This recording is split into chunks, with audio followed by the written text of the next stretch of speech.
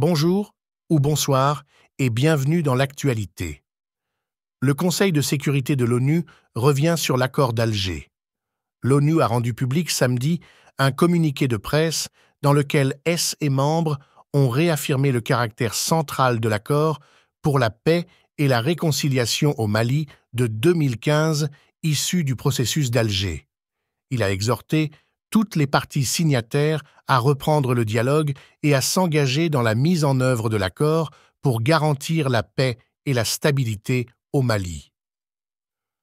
La même source a ajouté qu'à l'occasion de la clôture de la mission multidimensionnelle intégrée des Nations Unies pour la stabilisation au Mali, MINUSMA, les membres du Conseil de sécurité ont indiqué avoir pris note de la clôture de la mission le 31 décembre 2023, après 10 ans de présence, conformément à la résolution 2690-2023, suite à la demande du gouvernement de la transition au Mali.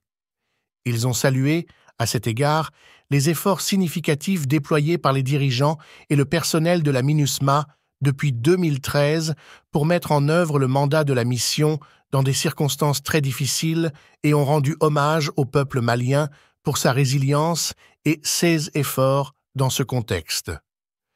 Les membres du Conseil ont, en outre, mis l'accent sur le caractère central de l'accord pour la paix et la réconciliation au Mali de 2015, issu du processus d'Alger, exhortant toutes les parties signataires à reprendre le dialogue et à s'engager dans la mise en œuvre de l'accord pour garantir la paix et la stabilité au Mali. Ils ont rendu également hommage aux 311 membres du personnel de la MINUSMA qui ont perdu la vie au service de la paix et ont exprimé leurs plus sincères condoléances à leurs familles.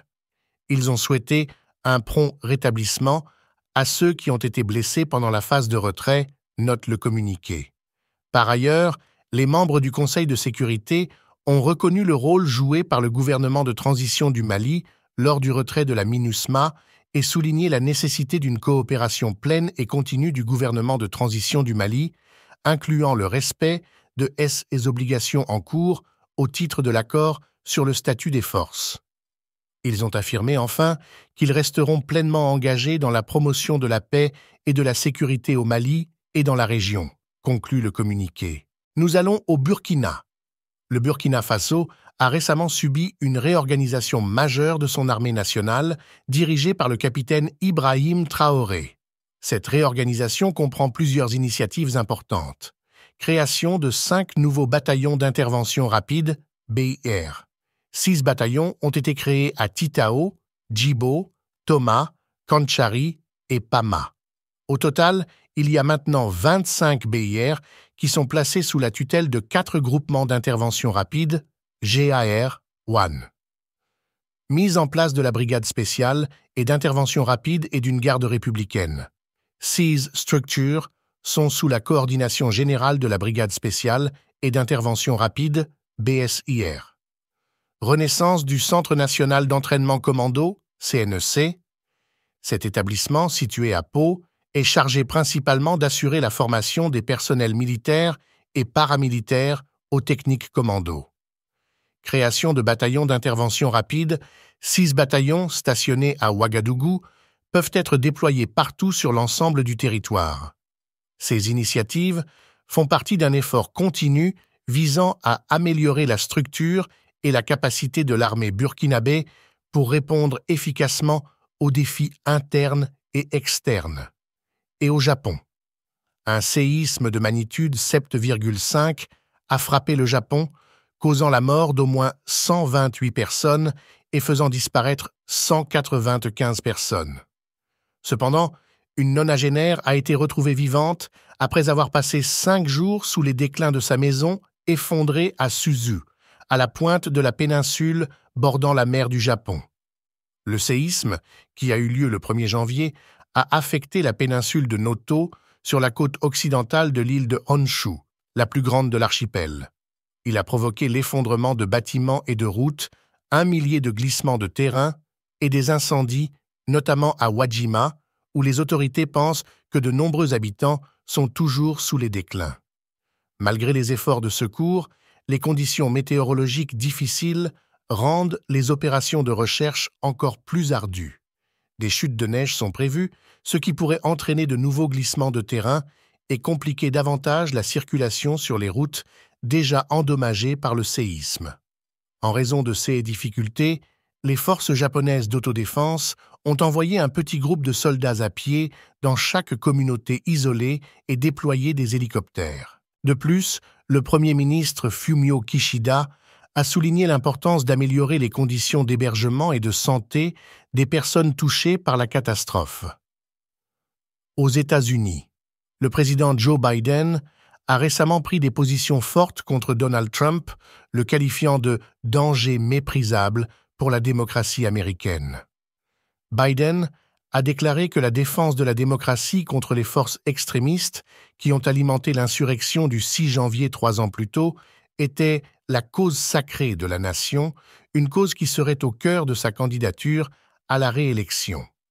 Biden a évoqué les efforts de Trump de rester au pouvoir après l'élection de 2020, le qualifiant de dangereux et une menace pour la nation qu'il dirigeait. Il a souligné que la question la plus urgente de notre temps est de savoir si la démocratie reste encore la cause sacrée de l'Amérique.